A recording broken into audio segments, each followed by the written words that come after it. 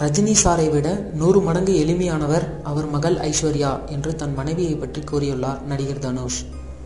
வெளியில் அதிகமாக பேசுவதை தவிர்க்கும் தனுஷ் முதல் முறையாக நீண்ட பேட்டியை அளித்துள்ளார். இதுவரை இல்லாத அளவுக்கு மிகவும் தனிப்பட்ட விஷயங்களையும் கூட அதில் பகிர்ந்து கொண்டுள்ளார். தனது மனைவி ஐஸ்வர்யா பற்றி அவர் கூறுகையில், காதல் கொண்டேன் படத்தின் பிரீமியர் ஷோவின் போது ஐஸ்வர்யாவை சந்தித்தேன். இடைவேளையின் போது ஒருவருக்கொருவர் ஹாய் சொல்லிக் கொண்டோம். பின்னர் தியேட்டர் உரிமையாளர் என்னை ஐஸ்வர்யாவுக்கும் சௌந்தர்யாவுக்கும் அறிமுகப்படுத்தி வைத்தார்.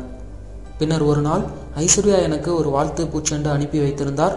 தொடர்பில் இருங்கள் என்று அதில் குறிப்பிட்டிருந்தார். நான் அதை சீரியஸாக எடுத்துக்கொண்டேன்.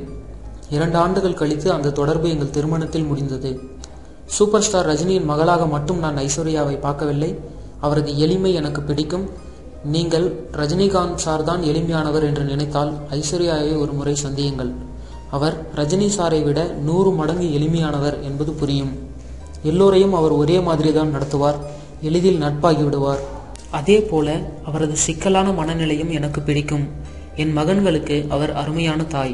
மிக சிறப்பாக அவர்களை வளர்த்து வருகிறார் என்றார் தனுஷ்.